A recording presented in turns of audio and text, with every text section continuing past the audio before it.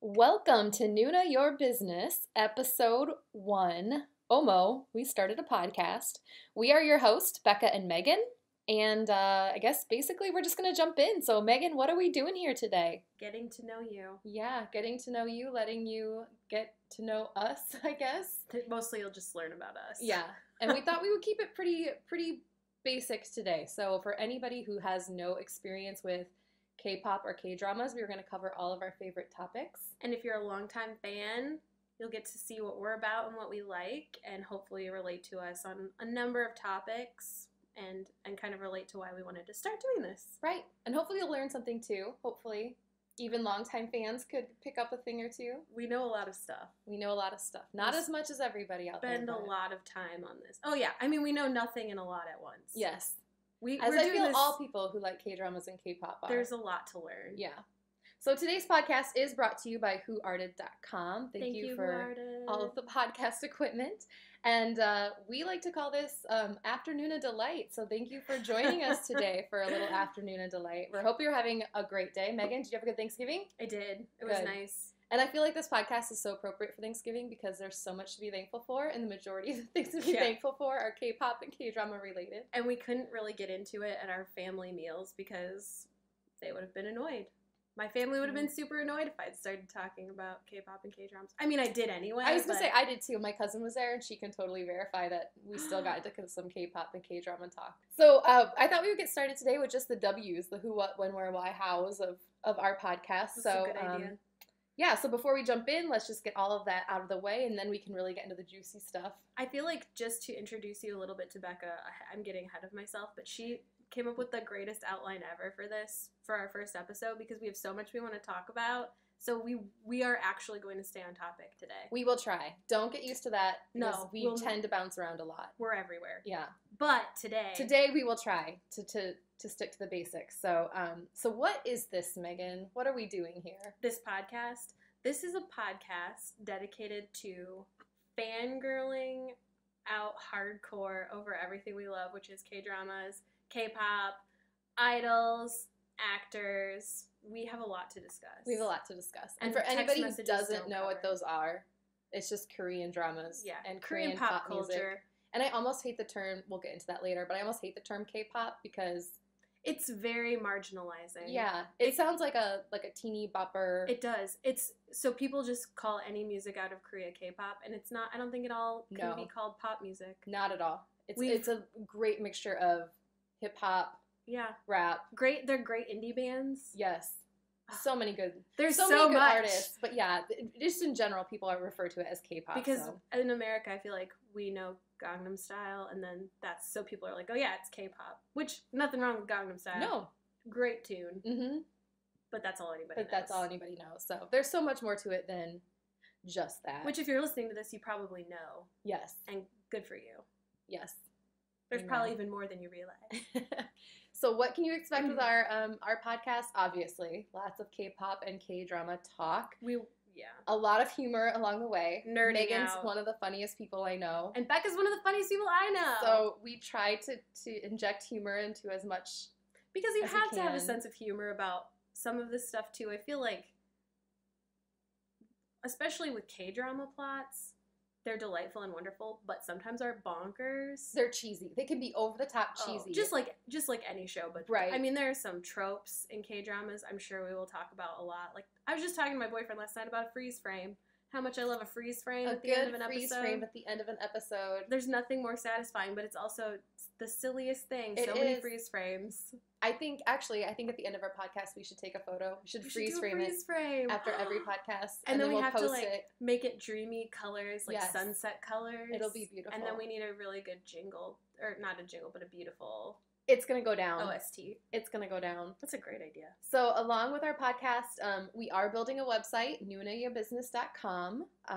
We will post a lot of great things on there and some resources that you can check out. We've also, Megan set up a bunch of social media accounts for us on Twitter. Do you know how difficult it was for me to set up a YouTube channel? I don't know if anyone's tried to do a YouTube channel. I'm sure it's easy. I'm a moron.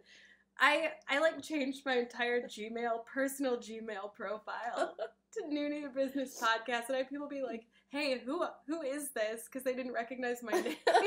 So I actually was building the website, and I texted Megan. She's like, I want to help. What can I do? And I was like, hey, could you just set up social media profiles really quick? It won't take long. And then I immediately felt terrible because like 3 hours later, Megan was like, that was the hardest thing I've ever done.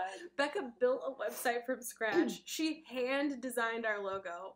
She did all this incredibly complicated stuff, and I'm like, I don't know how to set up an email account. But she did. Well, and they hypothetically, I had to like give you back the YouTube stuff because I couldn't make the picture fit. I am a human disaster. I cannot accomplish anything. The only thing I contribute to out this, there though, and I think they look great. Megan's being really hard on herself. No, this is me being pretty easy on myself because I like did the Twitter, did the Facebook, tried the YouTube, and it's like, you've worked so hard, Megan. You've worked so hard. You deserve a break, and probably it's like going to be a 2-week break before I ever try to do YouTube again. It was so complicated. If you've tried, you understand. Mm-hmm. You can judge me. I'm bad at things. No, it's fine. Maybe we need. If anybody out there is a YouTube tutor, maybe we could hire you. My work computer. Did you see my Instagram post? My work computer gave me the worst warning ever. It literally a program crashed, and it just said catastrophic failure. Did you take it personally? Was that an insult from your work computer? It felt like it was talking to me. Specifically because I'm terrible with computers and anything on the computer, and I crash computers all the time. So. This is going great. This is going to go great. It's going to go fine. As long as I don't have to touch anything. So far, social media accounts are a mess. Megan created them. It's me. And she is a catastrophic failure. I take full responsibility, and I don't even feel that bad about it because I'm a nightmare. So you can find us on Twitter as long as it's accurate, at Noona Ya Business. On Facebook at Noona Ya Business, and we will put a link up for our YouTube channel because YouTube channels are long links and they're a mess. It's there, it exists. I can't find it always, but I'll find it and we'll get it out there. Yeah. And we'll post some videos. So yeah, we'll post some videos, some GIFs, some memes. We're thinking of doing a word of the week for those of you who would like to learn a few basic Korean phrases, because if you watch any K-dramas at all, you pick up a few. You're going to pick them up so fast. And there are some technical things I feel like it would help to understand, especially if you're just getting into them. Because we picked them up from watching, but it would have been really useful to have going in knowing a key where someone just said, this is what a Noona is, this is what an Unnie is, those sort of things. You pick it up. You pick it up. So where can you find our podcast? Our podcast will be on our website, noonayabusiness.com. It will also be available on YouTube on iTunes, and then we will post links on our social media accounts when new podcasts are posted. So we are hoping to do a new podcast every week. Yes. But we're human beings with lives, so we definitely have enough topics to do that. So now, here's where we're going with this. You may be asking yourself, who are these two women and why should I be listening to them? Yeah, what the heck is their deal? So that's a great question, and we're going to start with Megan. I feel like the most important thing that I can tell anyone to sell me in this position is that I am a huge fangirl, and when I like something, I am 100% in all the time, and usually I go through phases, so we're talking 6 months to a year, and then I move on to my next thing. It has been going on 5 years, and my passion for K-dramas and K-pop is not de-escalating at all. It's only accelerating. Actually, I was there for the day that Megan had the conversation with her boyfriend where he said, like, so is this just like a phase? And Megan was like, this is part of who I am going forward. Like, and you can take it or you can leave it because it's not going away. I think it's amazing. Thank you. So Megan is a pro at all things K-drama. When I have questions, I go to Megan. And that's because we're going to talk about our friend Irene a lot too, because she's also a huge fan of K-dramas. She was my boss when I lived in Boston for a while, and she and I didn't even realize we both had this in common. We overlapped briefly with this fandom. So now she's become a good fan of ours, and she, like me and like you, were web detectives where we get a question and we got to figure it out. So we like researching it, we like watching it. But we're also very invested in it. So. Right. So that's me. I'm a fangirl. I hate working. I hate exercising. All I want to do is talk about K-pop. That's it. That's all you need to know. Amen. Yep. I think that's all we need to know want to listen to you. So I'm Becca. I am Megan got me into this mess a few years ago. I looked it up. It was 2015. Was it? Yeah. This is the actual greatest moment of my life was when Becca... So Becca's a very... And we're going to talk about each other a little bit more later, but Becca's a very nice person. She's very kind. And I'm dating her husband's brother, which is how we met through our significant others. And I thought she was just being like the sweet welcome to the family. I want to make you feel comfortable. I'm going to watch a K-drama for you, which... If I was a good person, I would have been like, no, you have a busy life. Save yourself. I'm not going to do this to you. Swim away. But I was like, yes, queen. Here we go. And so anyway, continue. I hijacked your bio. No, that's basically it. Megan got me into this, and I'm so thankful because she is also amazing. A person who does not go halfway. She does everything in her life 1,000,000%. And so it was like bound to be a thing. Yeah. As soon as this started. If something piques my interest, it's all or nothing. 100%. Yeah. I'm not the person who dips a toe in the pool. I'm the person who like cannonballs into the deepest part, and that's exactly what I've done with K-dramas and K-pop. I feel like you cannonball whenever you need to know something. So even stuff you're not necessarily excited about, you will be like, whatever, I'm going to know it. I'm going to know 100%. Mm-hmm. I am like, that sounds boring. I'm leaving the pool altogether. It's a huge difference between us. So we have different swimming habits. You're very committed, and I'm very like, no thank you. I'm going to watch. So Megan covered that, but together we met because my husband's brother is Megan's boyfriend. And she forgot to mention that this was just a total trap when she introduced me to K-dramas, but like I said, I'm so thankful for it. It's been, I hate to be dramatic, but it's been life-changing in the best way possible. It is life-enhancing. It is. I feel like I was in a very sad place with pop culture when I finally found K-dramas. There were no shows out that I wanted to watch. There was no music that was inspiring me. And I feel like that's what gets me through the day. Anymore. And they're pumping them out. We're going to go into that. Yeah. But that's the problem, is you can't not be hooked on it because there's new content constantly. Right. And we we mentioned this too, we are brand new to this podcasting world, so please support us. We have no clue what we're doing. Don't be too hard on us. We're honestly giving it our best shot. We've done a lot of research, and we're excited to connect with other fans. And that's it. That's why we want to do it. We feel like we live in the Midwest in America, so it's hard to find other people who are interested in this. And that's why when Becca showed any interest at all, I reeled her in because I needed that support system. Because whenever you like a show or a band, all you want to do is talk about it. Right. And when you don't have anyone to talk to about it, it can be very sad and lonely. It is. So you've got to go to the internet. That's all you have is the internet. And I think there are so Megan and I went to, and I don't want to get too off topic here, but we went to a K-pop concert in LA a few years ago. It was like one of the best trips of my life. It was wonderful. And that's not an exaggeration in the slightest. And I met a ton of people finally that were interested in the same things that I was. And so actually when I was leaving, I was at the airport and I thought she was a woman, like a grown woman. And so I started a conversation with her about, oh my gosh, do you like K-dramas too? And we had this whole thing. She was wearing a t-shirt, right? She was wearing a t-shirt and she had the Big Bang glow stick. And so I knew right away, you're my people. And so you're one of us. I went in full, cannonballed right into that. And so we got into this whole conversation and it was very sad. She's like, well, none of my friends like K-dramas or K-pop. So, I saved my money all year to come here. And I had to bring my mom. And I was like, oh gosh, that's when I realized she's a teenager. She looked like a grown woman. Although I take my mom everywhere and that's I'm 31 years old.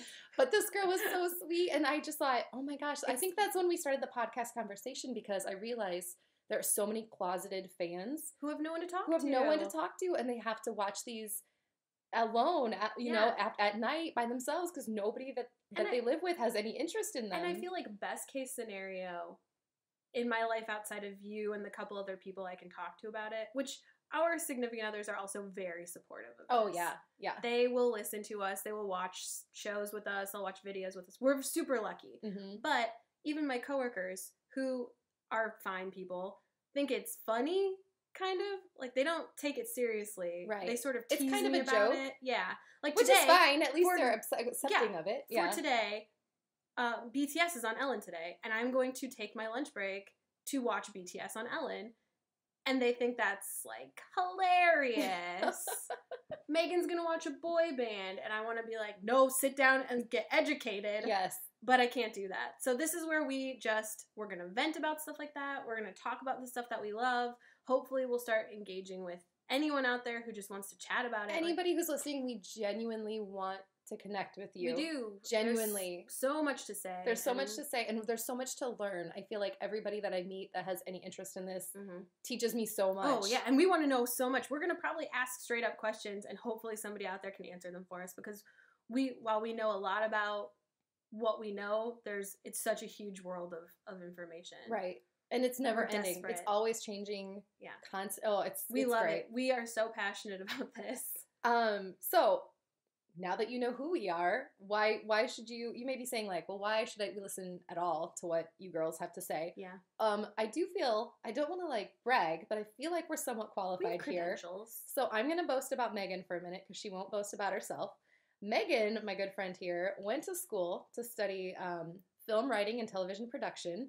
She has her master's degree in something fancy like that. I think that's the exact phrase of your master's degree. I don't even remember what it's called. Yeah. Megan regularly volunteers at film festivals in America, where she has met a lot of big name celebrities. By met, I have dropped wine glasses in front of them, and they've been really nice about pretending like they didn't see it. But still. Looking at you, Channing Tatum. I think at one point, weren't you in the room with Meryl Streep? Yeah. Oh my God. And I didn't realize it.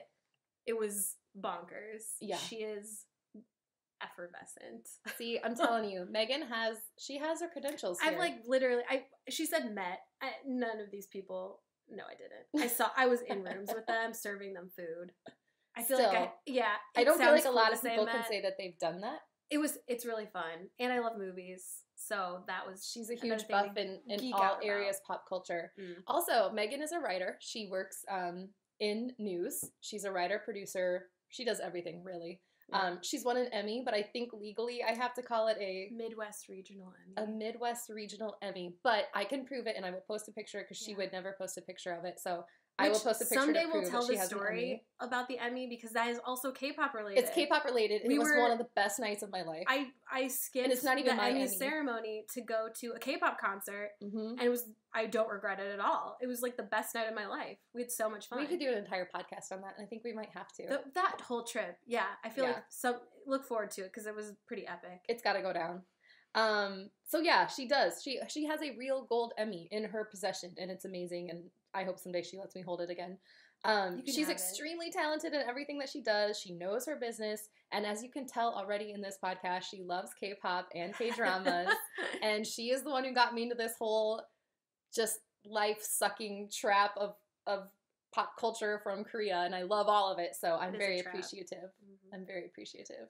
I feel like we should also say, which you're going to learn really fast, that we're obsessed with each other in a massive way. So I think Becca's like a perfect angel on earth. But she actually is. So that's actually a good segue into things you need to know about Becca. I can't even look at Megan while she says this stuff. She's so humble. She's the person who is like, oh, I'm so sorry. This is she'll make you the most incredible anything. She made these cupcakes. We'll just say cupcakes. She made you incredible cupcakes that look like they came out of some 4-star bakery. I'm so sorry, they're so bad. And she really thinks they're bad. She's not even doing it, so you're like, oh no, Becca, you're amazing. She doesn't realize how magnificent she is. So she's good at everything, which is annoying, but then she's also the most lovable person ever, which is annoying because you cannot be annoyed by the fact that she's good at everything. And I always tell this story. Before I met Becca, so we already explained that we're dating people who are related, and she's married to one. She's married to one, I'm dating one. I got the old ball and chain. But you're still free to fly. I'm still good. She also worked where I work now, but we'd never crossed paths. So before I met her, everyone at work would say, oh, have you met Becca yet? Becca is the most wonderful person. You're going to love her so much. She's so talented and smart, and she's hilarious. I'm like cringing at this. She hates this so much, and I love it. And so, of course, when people are telling me this, I'm like, no way. This girl's probably terrible. There's no way she's this great. I automatically dislike her. I met her, and I fell in love with her immediately, and I have never looked back. because she really is just, like, the best person. She's super fun. She's the kind of person everybody wants to be friends with, and so I'm always like, oh, I'm gonna go hang out with Becca, because people are legit jealous. People who know both of us. Straight up uncomfortable right now. I love talking about this. That's the way it is. Oh, but then things that she, like, actual things. She's an incredible mom. She gets everything done. I don't know how she does anything, but she's always just so organized and together. She worked in LA. She's lived a million lives. She worked for a celebrity family in LA. I did. Worked with movies and wrote movies. I worked on 2 movies and they got made, which is like, she sounds really impressive, but when I look back, I'm like, yeah, we're all talking about my master's degree in film, which is literally a piece of paper I'm still paying for. I've never made a real movie. So Becca's done tons of stuff, lived everywhere, experienced amazing things. She's good at everything. She's an athletic person, which I am not. I just feel like it's all blown out of the water, and I hope nobody ever, like I've said this before, I hope nobody ever meets me after being introduced by Megan. No, because you will be sorely disappointed. The way I just introduced her is how people talked about her to me, and I did the whole, yeah, right, she probably sucks. You cannot hype Becca enough. I cannot hype Becca enough. She's my favorite person. Megan is too nice. No, so, I'm actually really mean. Between the 2 of us, I have to move on because I'm like flushed now. We've been watching K-dramas and listening to K-pop for over 3 years. Megan's like 5 years, a long time. Yeah. And we've crammed. I know when people say like, "Oh, I've been into CrossFit for 2 years," and you're like, "All right, 2 years isn't that long." Also, I love that you just said CrossFit, and I rolled my eyes, but exactly what I'm doing is just like CrossFit. Yes, I rolled my eyes because my brother does it, and I like making fun of him. Oh, he would do CrossFit, right? So we've crammed a lot into that short amount of time, and by that I mean we've watched. I'm the one who's watched the least amount of K-dramas. I've watched almost 60. It's way over 50. Yeah. Megan's watched way more than I have. We've watched movies and game shows. We've mentioned it before. We've sat front row at a Big Bang concert in LA. I mean, the stadium was packed, and we were right in the front row. We sat 4th row at a Got 7 concert. Oh, and I mentioned this. I mentioned this not to be braggy, but to let you know, like, we have experienced the true fandoms of K-pop. And y'all are amazing. I cannot. That's the best part. I cannot. I would literally give all of you hugs all the time. Like, you made my life so much better. The fans do. The experience of being a K-pop fan and a K-drama fan in the U.S. would not be the same without the fans. No. Because they make the best stuff.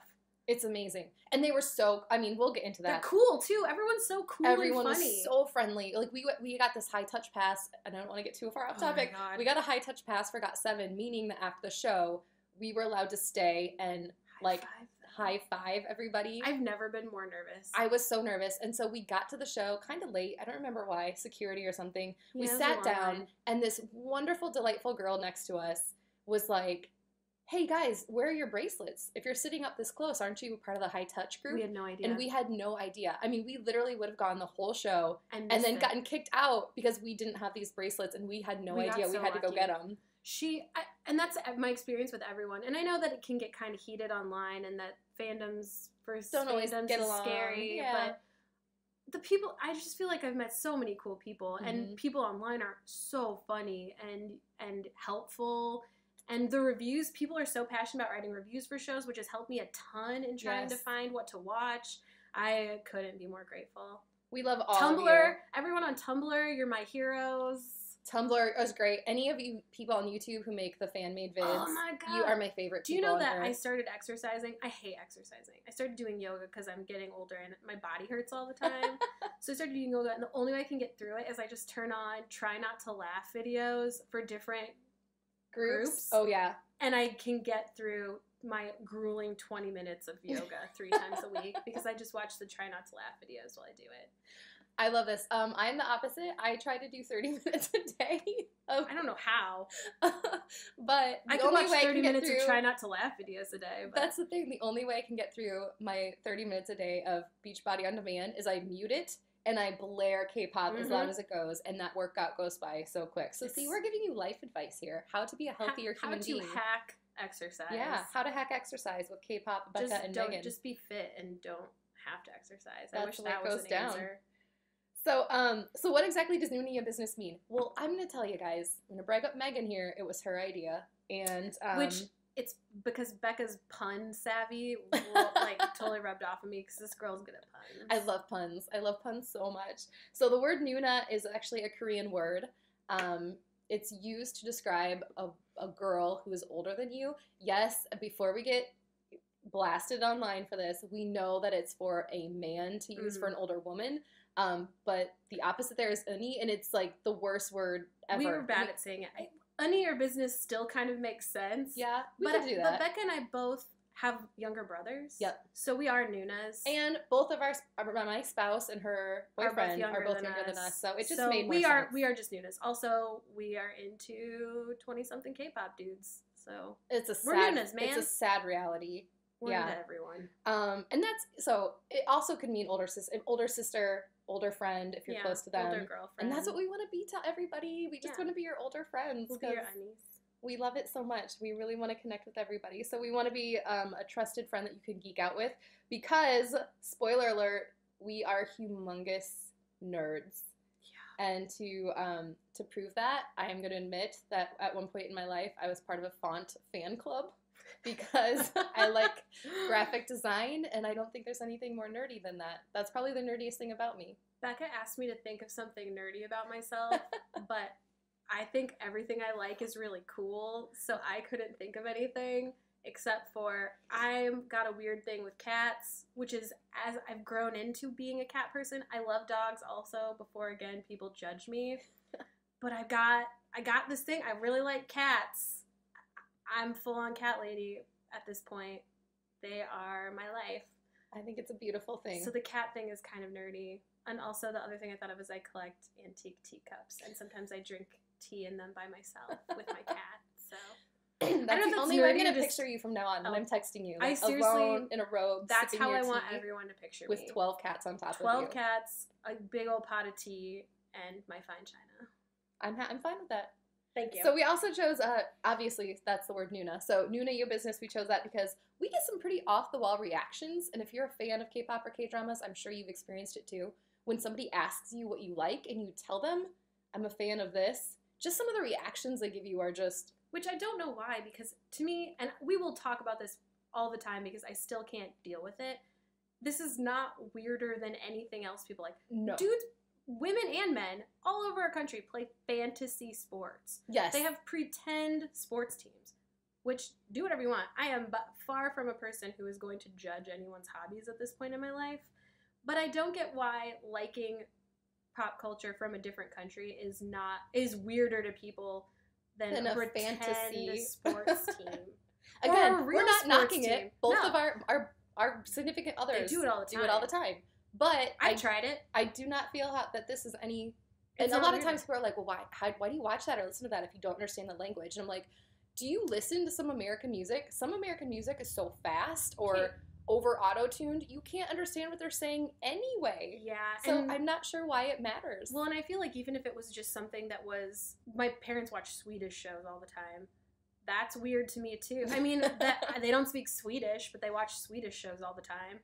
I just don't get it. The argument doesn't make sense to me. It's very frustrating when it comes up. I try to be chill about it, but I'm losing my chill. Yeah. Because part of me is also like, why does how I entertain myself affect your life in any way, shape, or form? So Noona Ya Business just seemed to kind of fit into all of that. So a couple of disclaimers up front. We are not experts by any means. We genuinely love all of this stuff. Megan can verify we are 100% immersed in everything. But we learn things every single day, and we love it that way. And I would never want to know everything, I think, because I like looking forward to knowing, I'm going to learn something new today about this. I feel like our credentials allow us to look at some of the shows and movies and music in a more analytical way because we've studied, film, and we understand certain things about that. There are so many things we're not experts on. Mm-hmm. Neither of us has ever been to Korea.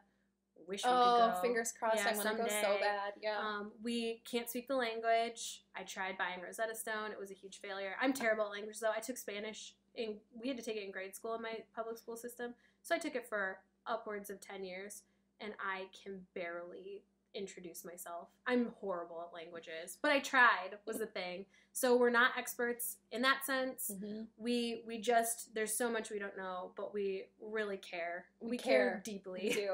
And Megan mentioned it, so neither of us speak Korean. I mean, we've obviously picked up some words and phrases, and we go out of our way trying to learn how to pronounce people's names correctly. And but again, spoiler, we're probably gonna mess up here and there. We'll do it wrong. Let us know respectfully, please. Yeah, please be nice to to us us because we really genuinely want to know how to say these things. We're coming from a good place. We are. We've even gone as far as to YouTube interviews in Korean with no subtitles, just to try to pick up how to correctly pronounce people's names. So we genuinely do care. Also, we've mentioned this and we will say it again and again. We love fandoms. Yep. You are the heart and the pulse of Korean pop culture. We love all the work that you pump out. Forces of nature. You're amazing. Seriously amazing. I honestly think the reason that the phenomenon of K-pops and K-dramas are spreading so much is just because the fans take it and run with it, and it's contagious. And it is something, I feel like it's something that's very easy to be passionate about, and so it's a lot of passionate people. Yes. That's really cool. And we love all of you. Yeah. But please know up front, we don't necessarily call ourselves or connect with one fandom. We genuinely love them all. Actually, that's a question I've been wanting to... I want to understand how one becomes part of a fandom. Like, how do you select... I'm very interested in the process of saying, like... Because I know there are official channels that you can go through to be a part of a fandom. We're super curious. I want to know all about it. Yeah. So if you are hardcore in a fandom... contact us because we want to talk to you. We want to know. Yeah, like at what point do you decide, oh, I am all in, and what fandom made you is the next step? Choose this one group or this one idol or whatever it was that you said, I'm all in on this guy. Yeah. Or I'm all in on these guys. I'm so curious. We really want to know. So we're gonna jump right into our second topic of the podcast, but we want to talk about K-dramas. This is the thing I'm gonna be spewing info here because I am just genuinely excited, and I feel like a lot of my family and friends ask, well, why do you watch K-dramas? And this is everything I want to tell to them, and we're going to try to condense it down as much as possible. Yeah. So here are 10 reasons why we feel you should be watching K-dramas. Number 1, we got to talk variety. A lot of people who start watching K-dramas, just like Megan and myself, are just bored of the same old American programming. It's kind of stale. And I don't want to say all programming because I know up front there are certain American shows I fell in love with. I will watch and rewatch until the day I die. Yes. But for the most part, we just weren't finding anything at the time that we got into this. Yeah, they were just predictable. We weren't. The plots were predictable. The characters were the same. It kind of got stale. Or all the shows were in like their 6th and 7th seasons, and we were not gonna be just kind of over it. Yeah. I didn't want to watch a show I loved jump the shark and just bomb. So I'm not committed enough to do that. Yeah, I felt like they were growing less and less original by the day. And then Megan introduced me to K-dramas, and I'm telling you, these plots are out there. I can't stress that enough. And it's every genre. Every genre. Like we've played this game with my husband before. It's so called fun. Guess Which Plot is a Real K-drama Plot, and we will make up just the most off the wall plots. And then we will throw in one real K-drama plot, and we'll try to have him guess which one is real. And the thing is, the ones that we make up are boring compared to the actual K-drama plot. The best example is Love from Another Star, because it sounds like we're kidding. It's such a good show, too. And that's the thing, is they take these bonkers plots and make great television out of them. Great programming. And part of it is, and we're going to get into that in a little bit, but I'll just hold it because it's coming up here. But as the industry's developed, there's a genre for any type of K-drama show that you want to watch. So we've seen natural disasters. Yeah, natural disasters, gender swaps. Oh yeah, romantic comedies, which is that's where they hooked me. Yep. I love romantic comedies. I love all the old Nora Ephron movies. I mean, that's basically, if you like romantic comedy, you've hit the jackpot. There's unlimited. There's fantasy. There's high school horror, dramas. There's horror. Thriller. Crime. Everything. They literally got something for everybody. And usually each show within each genre has elements of so many other genres. Yes. Which is incredible.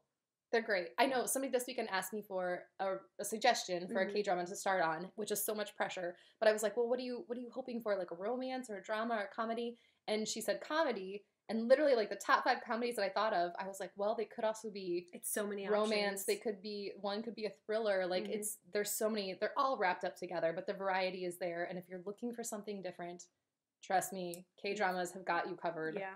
But the thing that I love about them is they are also very realistic because these characters may be in these insane plot lines, but they actually eat, they pay their bills. I mean, they clip their toenails on the show, they clean their floors. You're watching real people you know. They're human beings, and they write these characters into just these relatable people that you feel like you know them. You feel like they're your next door neighbor. Becca and I have talked about this a lot, but there are times where we have periods of mourning after some shows because we miss the characters. It's like losing a friend. It is. Like, you're almost, even if you're not sad the show is done, like, you're happy with the ending, you still feel like there's a hole in your life. Like, a friend of yours you will never see them again. Yeah. It's genuinely a hard time. It's difficult. I also love that they have good roles for female characters. Yes! Amen. Rejoice. Such strong female characters. They're not sex objects. No, I will get on a soapbox about this for walking around days. naked. The female leads in K-dramas are just so cool. Strong women. And the other thing is, if the guy is the hero of the show, I feel like they write the woman to not be like an accessory, but she's literally the reason that he is the hero of the show. Like, they are strong women. I hope my daughter grows up to watch some of these K-dramas because I feel like they're such good role models. And I feel like this is a good time to mention, so I'd watched a couple shows that were good, but the one that hooked me was My Lovely Samsoon, because that character just blew me out of the water. She's the best. She's so the greatest cool. character. I was honestly trying to think of the last time I'd seen a character I liked and identified with and cared about in any pop culture, any television, American, anywhere, than how I felt about Samsoon. She was so great. That was it. She was the one that got me. She was so great. Another reason, feelings. Let's talk about our feelings. Which, disclaimer, I hate feeling things. I hate feelings. And that's all K-dramas make you do. Oh my gosh. And so there are some that I can't even, I'll hear about them and I'm like, nope, that's not for me, because I know it's going to make me feel things I don't want to feel or think about. Some of the things I've done watching a K-drama, cry. And I think Megan can tell you, I don't cry at anything. No. I've given birth to 3 children, never cried. She's a never champion. Cried. I just don't. I'm like I don't know. I'm a cold-hearted person, I guess, but I have cried watching K-dramas, and like to the point where my husband will come in the room and be like, "What is happened? wrong?" Like just Kleenexes all over. What's sobbing. the most cry? Which one? Can you think? Fated to Love You, I think. Oh yeah. Oh my gosh. Oh, there are things that happened in that show, and as a mother, it broke my heart, and I was just sobbing. There are other things I've wanted to do though. Punch the screen. Oh yeah, legitimately. I've yelled out loud at the screen. Oh, yeah. I scream at my TV sometimes. Also, just making me giddy, like giddy happy, where I'm giggling watching a show out loud. It's like being in love. It is. I'm telling you, any emotion that you could possibly feel, you will feel watching a K-drama, and sometimes within the same hour. Oh yeah, within 5 minutes. Yeah. And the thing that I love is I honestly feel like the shows were written almost like not even around a character or a plot, but they're like, this is the emotion that we want the crowd to get. Yes. And then the whole show is written around that to make you feel that. That's a really good observation, because I do feel like sometimes they come up with these scenarios where I'm thinking to myself, how did they get here? Because it's great. It's this totally unexpected scene that just makes perfect sense and wins you over. And I do wonder, how did they come up with this? How did they get there? How did they? Yeah, I honestly think they have some sort of like underlying motivation. Can I give another example? Go for it. I talk about this scene all the time in the show Shopping King Louie. There's a scene. Oh my gosh. There's not even any dialogue. I even know what you're talking about. It's the beach scene, right? They take a train to the beach. I knew it. And they're playing "Be My Baby," and they're dancing on the beach. And they're like eating cotton candy and just dancing. Is the most wonderful scene that it does so much for the plot.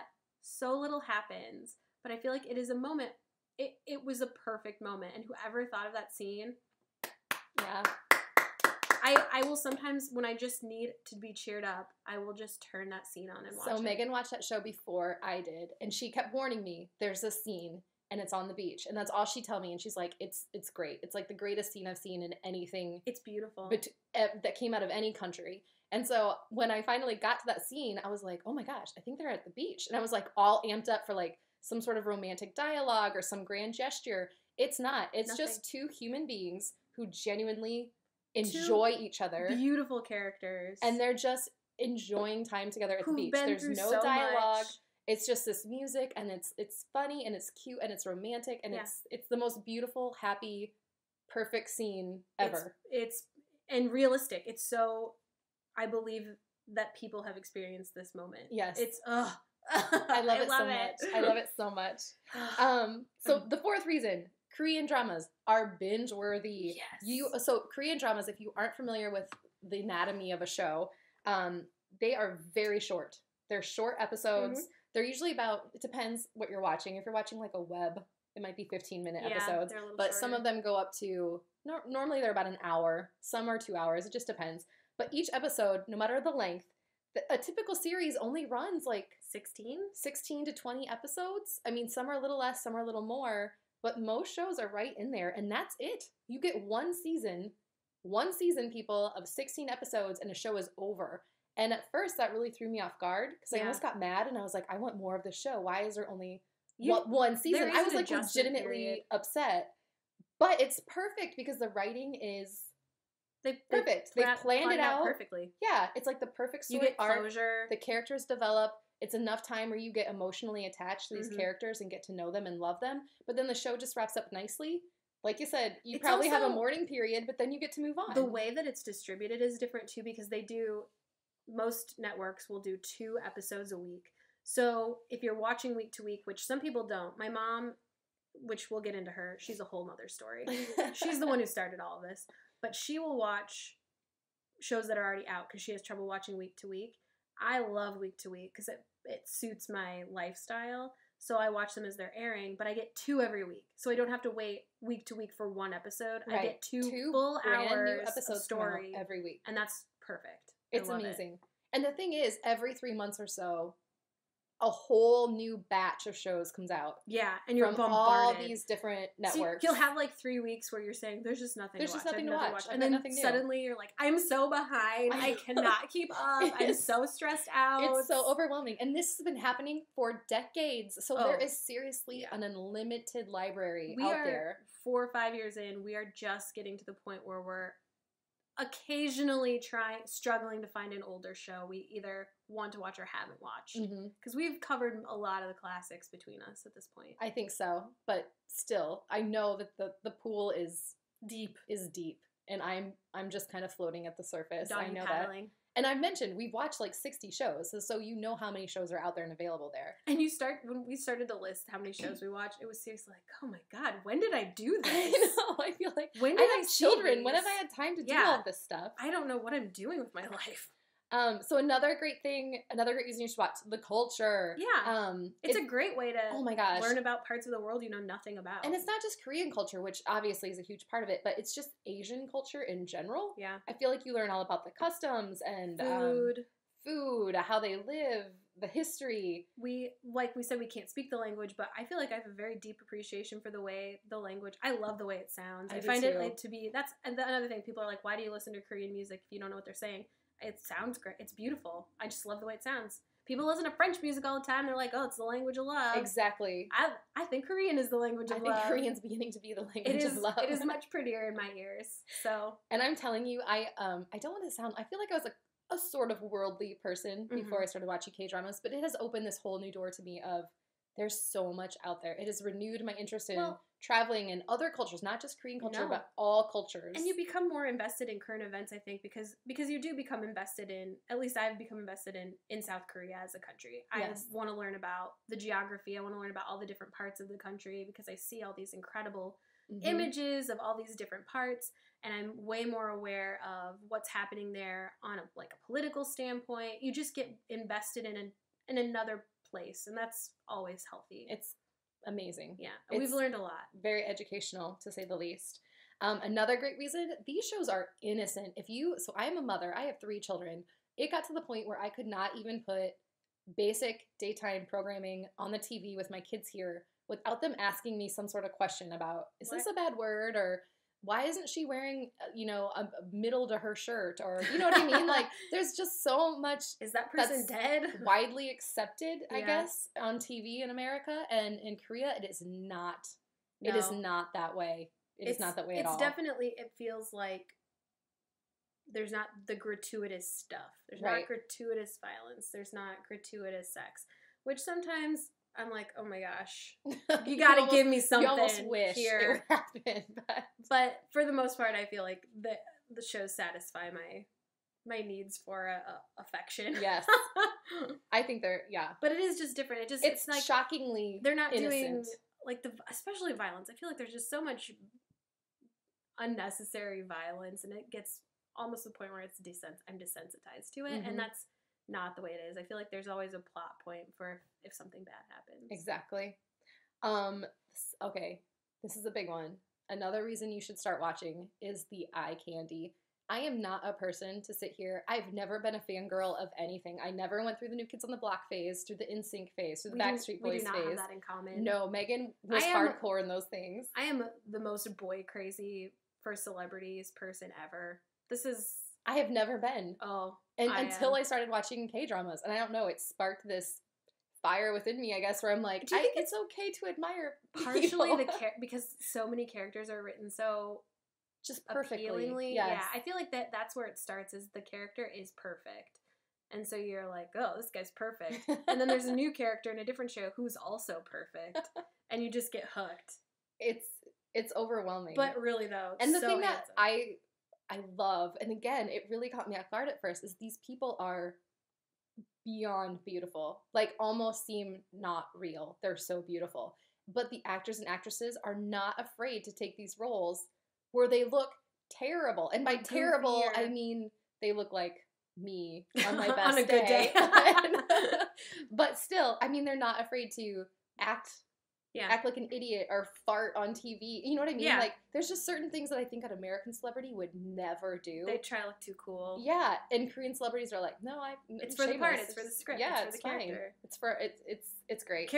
That goes back to the whole characters feel very authentic, like real people, and I think it's a lot easier to fall in love with them because you're not looking at somebody who's perfect all the time and pretending like that's a real thing. Yeah, they don't pretend it's real. They're very realistic, which I love. Another thing that I've also loved about these is literally every single one of your senses is engaged when you watch a K-drama, because it's streaming online, so usually you're holding your laptop, you're holding an iPad, you're holding your iPhone, because there's subtitles, you have to rewind frequently, so you're constantly touching something. Engaging. So, like, your body is engaged that way. There's subtitles, so you're constantly, you have to give 100% of your attention to the TV or the laptop or whatever when you're watching a K-drama. Which can be stressful sometimes because we do try to do a lot of things at once. Yep. And in a way, it's kind of nice where you think, okay, this is my time to just watch this show. I am just invested in the show. This is my time. And it's funny because as a mother, I started off, I think one of the reasons I loved it so much was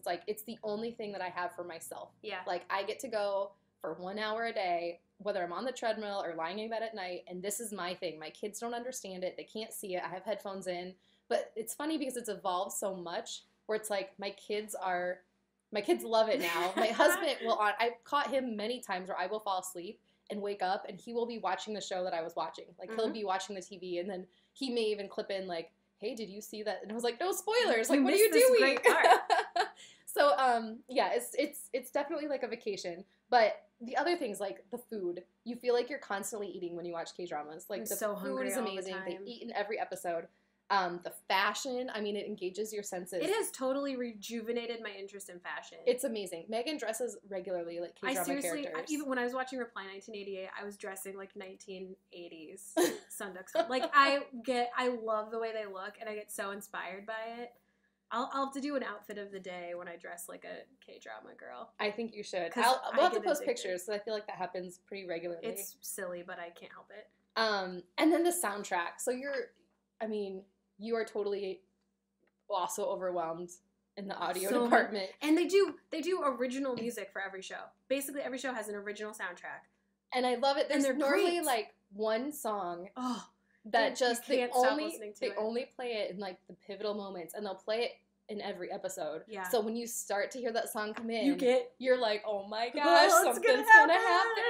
And it's so yeah, I swear there are some days where all I listen to are soundtracks from Korean shows. So you get so nostalgic too if one happens to pop on a playlist or something, a show you haven't watched in 3 years. Instantly brings you back. I swear I get weepy when I listen to the Fated to Love You one. Every time I'm like, I gotta rewatch Fated to Love You. So and then it's soul candy. The storylines in these shows are amazing. As I mentioned, there's only one season, so the character develops, the plot is perfect.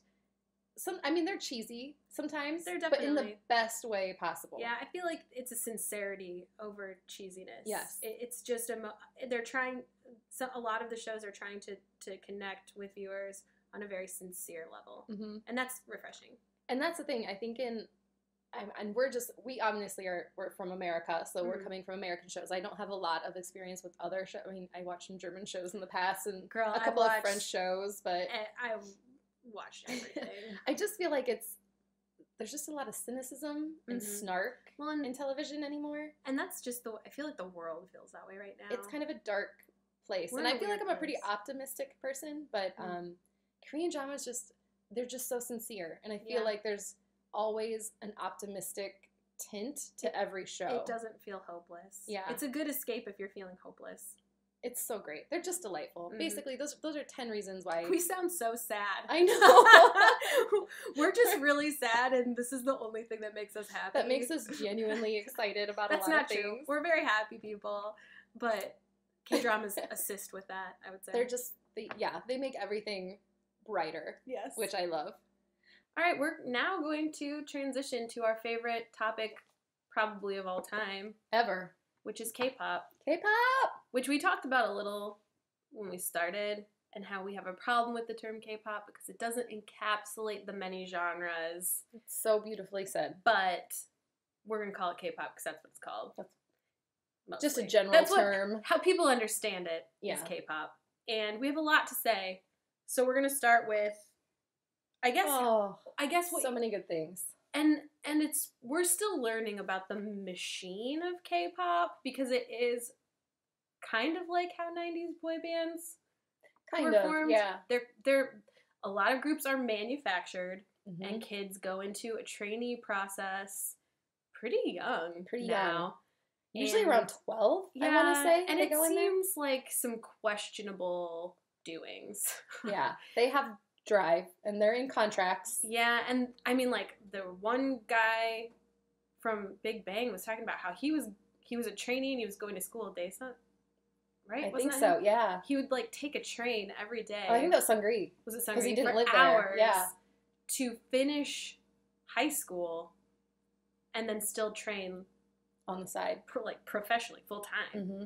So if you're getting into this line of work, you're serious. You're very serious. I think there's a big difference between American music and K-pop. Is that in America, a lot of people tend to meet and form a band on their own as like a hobby, and then they go try to get discovered. Whereas in Korea, they literally go to the management company and they're like, train us to be and then they're put together into units. Yes. And so those units change and grow. Because a lot of times, I think it was Big Bang again, wasn't it? Where G-Dragon and Taeyang were supposed to be like a duo group. Yeah. Like a duo hip-hop group. GOT7 was the same. It was JB and Jinyoung were going to be. And then they ended up halfway through training or at the end of their training being told, nope, you're going to be in a different group. And I really don't think they have much say in it. Whereas in America, that would probably not happen. You know, you pretty much have your group. And you may change too, but you go to a producer and you try to get discovered, or you go on a reality show, like everything these days. They also, I feel like you don't hear about the whole discovered on YouTube thing as much. Right. I feel like that's everybody now in America. Yeah, Western music, everyone was discovered on YouTube. Discovered on YouTube. Which is cool. I mean, to each their own. Out there. If you're making music and you're happy and you're making other people happy with your creations, go for it. However you get it out there. But that is definitely a difference, I think, right now in the way that K-pop groups are formed and American groups are formed. And again, this reminds me of 90s boy bands, which I guess I'm just very familiar with because it was a huge part of my adolescence. But they're very, they all have their personality and they all have their kind of well-crafted backstory. I think it's less so with Korean groups, but it still happens. I don't know, it just reminds me so much of like NSYNC and Backstreet Boys. The more I learn, and I think it's fascinating, is in American groups, I feel like once you make it big, then they do a really good job of PR, especially if you're on a reality show where they try to come up with this like sob story about how hard you work to get to this reality show, to get to this point in your life. And I don't always feel like it's real or genuine, but with K-pop groups, I genuinely hear their stories, and I'm like, these people legitimately struggled. Worked so hard. Like, they were 12, they were going to school, they were training on the side, yeah. They weren't living with their family, they were living in the dorms. Like, they really did sacrifice so much at a young age to get to where they are. There's no made-up sob story. It's just a genuine, here, look how hard they worked. And I don't think they view it as a sob story. They view it as, this is how hard we had to work to get to where we were to get here. And there's a lot of criticism of the industry, and I don't know a lot about it. It's something I definitely need to look into more, but I know that there's, like, conditions that trainees go through. There's a lot of criticism about how they're treated. I don't know, I think people are starting to pull back the curtain a little bit to expose that so that maybe people get treated better. Mm-hmm. I don't know, it's very interesting and kind of scary. We'll be talking about this a lot on our next episode, because our next episode is going to be strictly about the K-pop group BTS, which we are very excited about. They're having a moment, and we are having a we are loving all the moments of it. Like, but they've done a good job, and Big Hit Entertainment, their management company, has done a great job of kind of deviating from the norm. Yeah, and it's a much smaller company. Yeah, allowing better working conditions. So we got some research there that we'll go into next time. Yeah. The other cool thing that I think about K-pop groups is, and I guess it's a lot like American groups too, especially in the 90s, like you said, the boy bands, but they literally go after a certain, like, aesthetic. Mm-hmm. Like, some members are literally just marked as visual for the group. Like, they're not the rapper or the dancer. Can you imagine being chosen for a group and being like, hey, you're our visual? You're our visual. That's the best compliment ever. I remember the first time I learned this. You kind of are terrible at singing and dancing, but you're so good looking. You're so attractive. We're just going to put you in the center all the time. I remember the first time I learned about this phenomenon was when you introduced me to Super Junior. And you're like, C1. This is C1. And literally you sent me a website and it said C1 is just the visual of Super Junior. Yeah, that's a term. That's like a term. That's technical K-pop term. Visual. And you know what? At least they admit it. Because in America, I feel like there are many visuals in groups, and nobody will admit that that's just why they're there. And the visuals still have to hold their own and do everything. But I do feel like their main purpose is just to be extremely handsome. Yeah. Because you're trying to attract, in Korea, I think the main point of the YouTube videos and everything else is they're trying to be accessible, and they're trying to get their reach out as far as possible. And they do an amazing job at it. So, I mean, some members are literally picked because they can speak English. Some are picked because they can speak Taiwanese or Japanese or Chinese. You know what I mean? Like, every group tries to appeal to as many groups of people as possible. That's why I feel like, not to sound dramatic, but I feel so grateful to live in this time. Because even 10 years ago, we would have no access to this. Right, and exactly. And like we've said, this has enhanced our lives in multiple ways. It's just so happy and joyous. It literally, if I'm having a bad day, I put on some K-pop or go watch a K-drama. It makes me so happy. It's just this whole new world that we've discovered. Yes. Thank you, Megan. You're so welcome. Thank you. You're so welcome. Let's also talk about these people. We kind of mentioned it about the trainee days. These people are talented. Yeah, if you want to feel bad about yourself. Yeah, go learn about a K-pop artist and how good they are at everything. I can't remember. I think I said this earlier, but I'm a horrible dancer. But I deeply appreciate people who are good dancers. Oh, the dancing. The dancing. Oh, the my choreography. God. I don't understand how they can keep up with it. And a lot of them will, you hear of K-pop idols who maybe went to a training company to be a model or to learn classical piano or whatever, and then all of a sudden halfway through training, somebody comes up to them and says, meh, we think you're just going to be in a K-pop group, so you got to learn how to dance, how to sing, how to, you know, in general, present themselves in the manner of an idol. With this formula, I guess you'd call it, so you already have a great song, right? So you look forward to hearing a new song, but then it's like, what's the dance going to be? It's a whole nother element to get super psyched about. I don't know. It's just so many pieces that come together to be so insanely entertaining. Every time they drop a video or a dance practice, it is a frenzy. And Megan already mentioned it.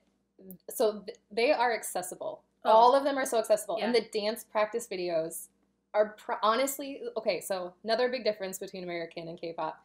They record everything. Mm-hmm. I mean, there's hours and hours of behind-the-scenes footage. And they will record their dance practices and then put them out as their own video. Yeah. And they're viewed almost as many times as the actual music video because you get to see the little mistakes or them goofing off before and after. It's so entertaining. Or you're seeing, I feel like what for me it's the fact that you're seeing the dance from the video but undisturbed by any sort of cutaway. There's no editing, there's no storyline. You're just seeing the full performance. Right. And it's so good. I remember the first time I discovered these were a thing, one popped up on my YouTube playlist and I was like, wait a second. What is this? Changer.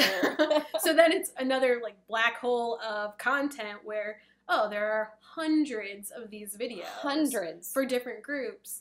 And they are all incredible and so much fun. They're so amazing. They'll do different angles. So they'll do like the straight on angle, and then they'll do one where there's a cameraman going like up into their faces. They're getting close. I think they call that boyfriend version. Mm-hmm. It's so good. Some people will mirror them. So if you want to learn the choreography yourself, it's on your TV. Oh, is that why they do it that way? I believe that's why they do it that way. Oh, I've always wondered why is that? What is the mirrored dance practice. It's backwards, love to learn them, so you can stand and look at your TV and you move in the same direction they move. I can't. If we could ever learn the choreography to a K-pop song. I can't even do like a basic lunge. I don't think I'm so uncoordinated. So they're amazing. Basically, is what we're saying, yeah. And they're like we said.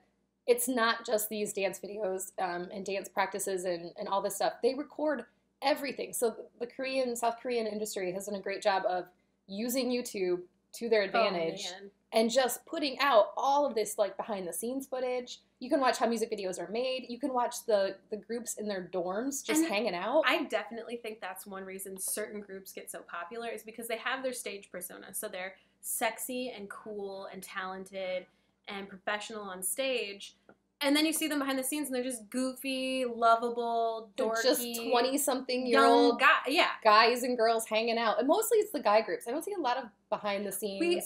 And I have to be honest. I'm gonna full disclosure right here. I am so boy crazy that I don't get into girl groups as much. I definitely have some that I really like, and there are certain girl group songs that I love. Mm-hmm. But this is gonna be kind of one-sided because I do definitely focus on the guy groups. Well, and I feel like the appeal to guy groups is for me manufactured for our demographic. Literally like, this is for Megan. And we will. I think we'll try to branch out. Handsome dudes dancing and singing and telling me I'm beautiful. Yep. Yes, please. Yes, please. I'll take 2. I'll take 2. I'll take 7. So got 7. Mm-hmm. So there are unlimited videos out there. And one of my favorites, I think, is actually a Got 7 dance practice where, I don't know why, but they decided to do in their living room, this tiny little living room, the 7 of them decided to just do a dance practice video, and they're all wearing their slippers and just like... How have I not seen this? Have I not sent it? I will send it to you. Do you know what song it is?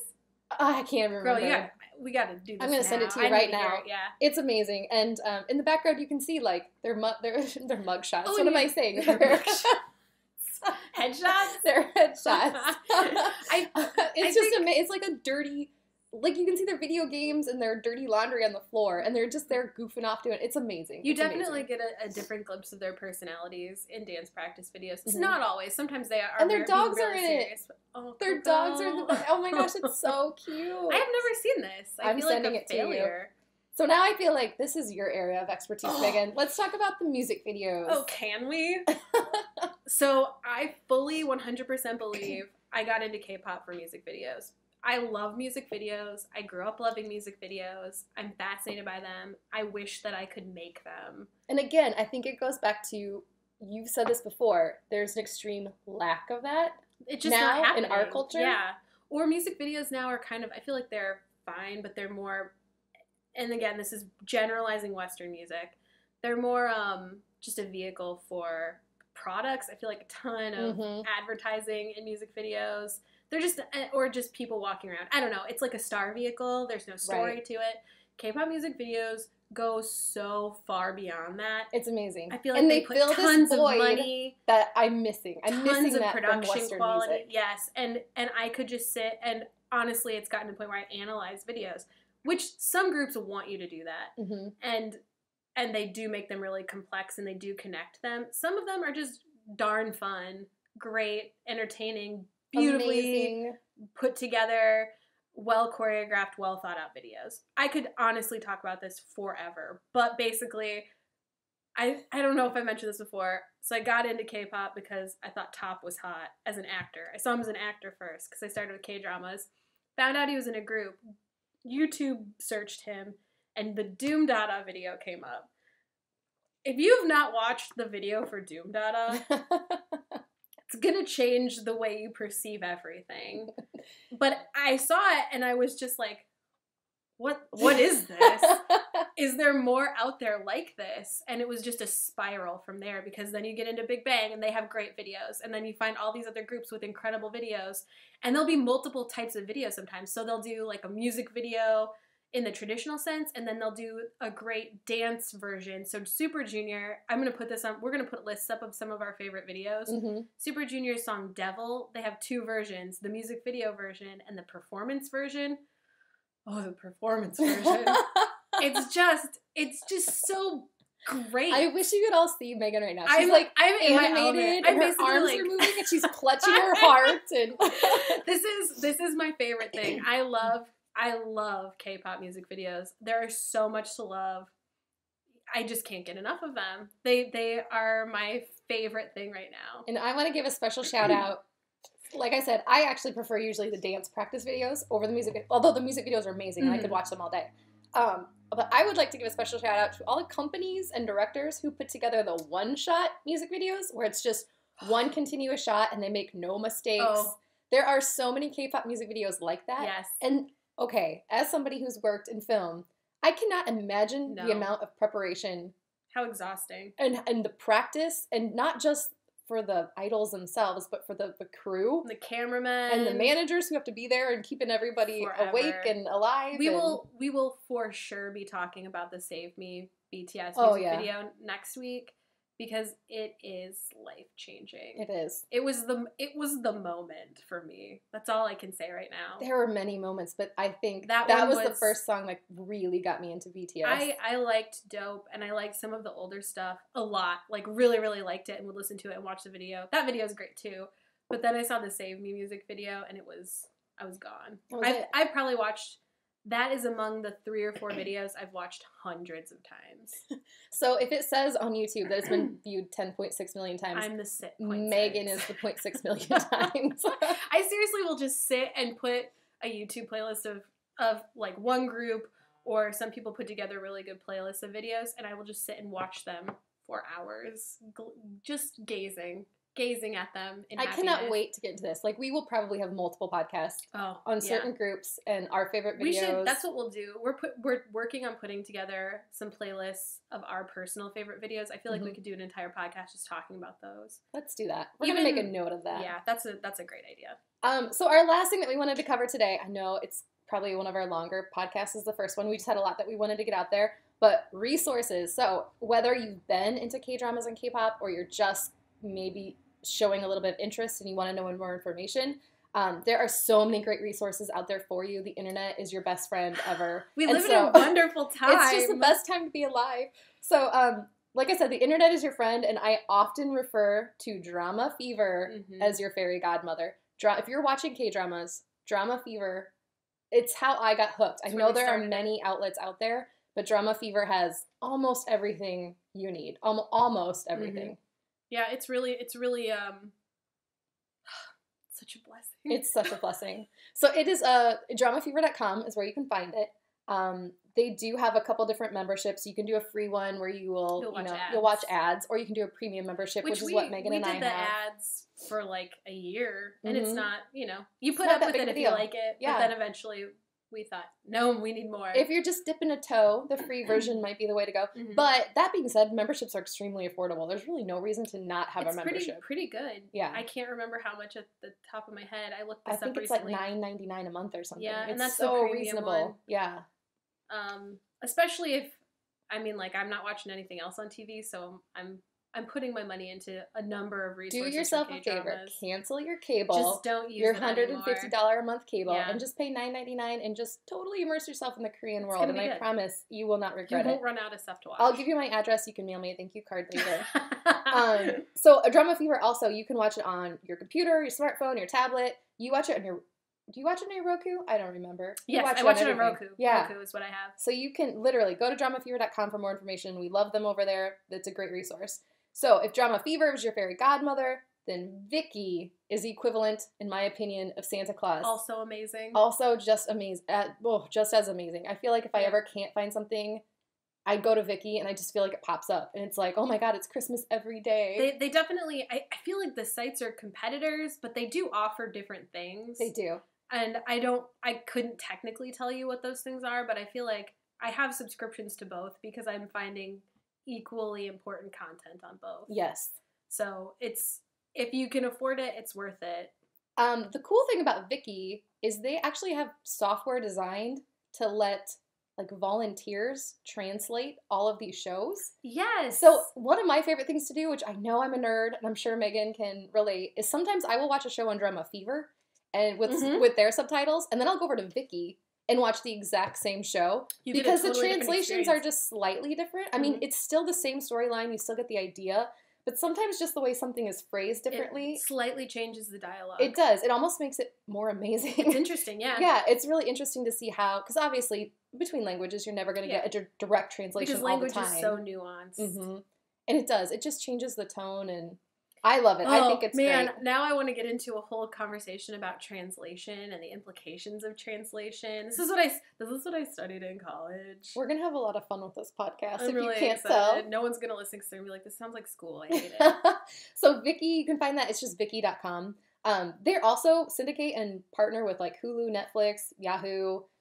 There's a lot of different ways that you can consume their If you already material. have something like Netflix or Hulu, check out their offerings because they do have dramas. So for those of you who think, of dramas. Yeah, if you think that we're making this up, that this is like a phenomenon or up and coming trend, we're not. Double dare you. Go to Netflix, go to Hulu. They both have a K-drama This all started on Netflix for me. I saw 2 shows on Netflix, dug a little deeper, heard about a show I wanted to watch. They didn't have it on Netflix, went to Drama Fever, and it just spiraled from there. But Netflix is where it started, and Hulu's the same. Tons of options. I think Amazon Prime also is. Amazon Prime has some. Look, guys, people are figuring this out. This is not a passing fad. This is good here to quality stay for a while. content that people want to watch. Mm-hmm. And if you give it a try, when I first heard about it, my mom, again, we're going to talk about her another time because it's a whole thing. But she said, watch this Korean show. You're going to love it. And I thought, no, I won't. That sounds weird. I loved it. It's the same. I loved it. And I haven't turned back. I have not turned back since then. So just give it a chance. You got to give it a chance. You got to. If you are super desperate to find something, we would never condone watching through an illegal manner. But you can find some things on YouTube. I'm sure they're there. I'm sure it's not legal that they're there. But if you really want to search for something, it might be on YouTube. And I don't know. I'm not sure. I know like all these streaming partners that we talked about, they have some content on YouTube as like a little taste. Like teasers. There's a lot of behind the scenes that you can find. And Drama Fever used to post some episodes of like Running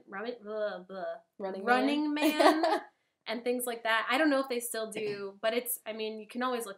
All you have to do is just start looking. Just start looking. It's out there. It's everywhere. Never ending. So that's all the K-drama resources. Let's go to the K-pop side. Once again, the internet is your best friend. Everything is streaming. I find almost all the K-pop I want to listen to on Spotify. And I've purchased so much on iTunes. It's all available. Yeah. I mean, it's all there. You can find it. Also, I've gone to SoundCloud before. If there's certain songs that I can't find, I can find them on there. And some artists use SoundCloud too to release stuff that's not necessarily album stuff. I mean, it's just like Western artists. You can find a ton of These are all free resources, everybody. Yeah. Free resources. So take advantage of them. Other resources that don't necessarily have to do with K-pop or K-dramas, but just the culture and pop culture as a whole. Soompi.com is a great website. They provide coverage of Korean pop culture. We love Soompi. I swear my Facebook feed is filled with it, and I read like every article. I get news alerts from them. I don't even get like real news alerts from the news, but I get like breaking news from Soompi. Keep in mind, Megan works in the news. She should be getting legitimate news alerts. When I leave, I don't want to know. Yeah. I just want to know about what's happening to my favorite celebrities. And there you go. Soompi's got you covered. There's also a great website, WillDramaFever.com /news. They also have a news, like a blog area. Another one I find a lot of information on is allkpop.com. All K-pop and Korea Boo. And Korea Boo. I see them. We see them pop up a lot. Again, we're still just dipping our toes into this. It's been 5 years and we're still figuring it out. So if you know of other great websites, let us know. Please share. Totally always looking for info. I feel I want to give a quick shout out to Drama Beans. Oh yeah, I love their stuff. We love their stuff. So we're secretly hoping maybe we can connect with them and invite them onto a podcast, because when we watch a show, if we need to know, if we want to know what's coming up, or we just want to, if you see an episode and you want somebody to just feel like you're talking to them about what just happened. Or if you don't understand. There have been a couple times where I'm like, what just happened? I don't know why this is happening. They're perfect. You Drama just Beans search is perfect. their stuff. Also, we should say we're not affiliated with any of these. No, none of these people are paying us. We don't know anybody at any of these places. We just like them, and we've used them in the past, and we're just, if you're looking for more, this is a good way to find it. Like, these are where we've gone. Also, Instagram and Twitter. You're going to find all your favorite people on those. All there. They're all there. They're all providing great, I'm like giddy right now thinking about it. There's so many great Instagram accounts. One of my favorite things is a lot of these idols have pets that have their own Instagram accounts. Yeah. And as crazy as it sounds, I follow them because I want to know. That far into the rabbit hole. Another thing that I found really useful, find yourself a good $1 to dollar calculator on the internet. Yes. And a good kilogram to pound converter.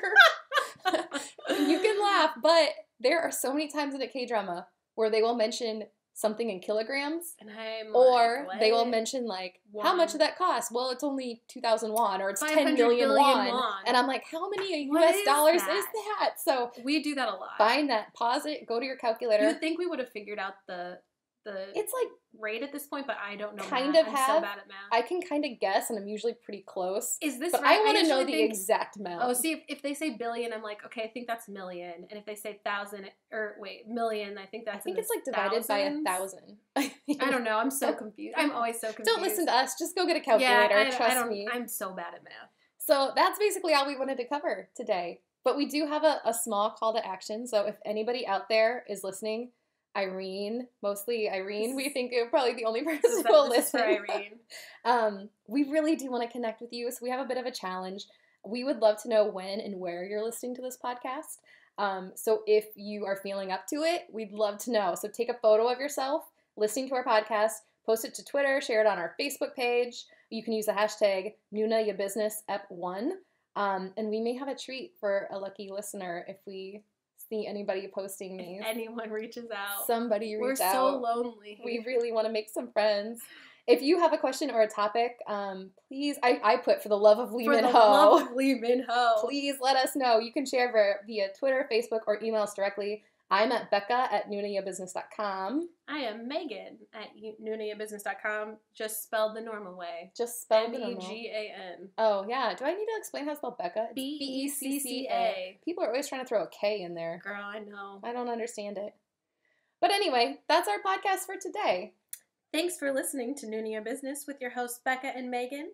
And to our sponsor, whoarted.com. That's who-arted.com for all the podcast equipment. We'd love to connect with you. Find us on Twitter at Noona Ya Business or through Facebook, Noona Ya Business.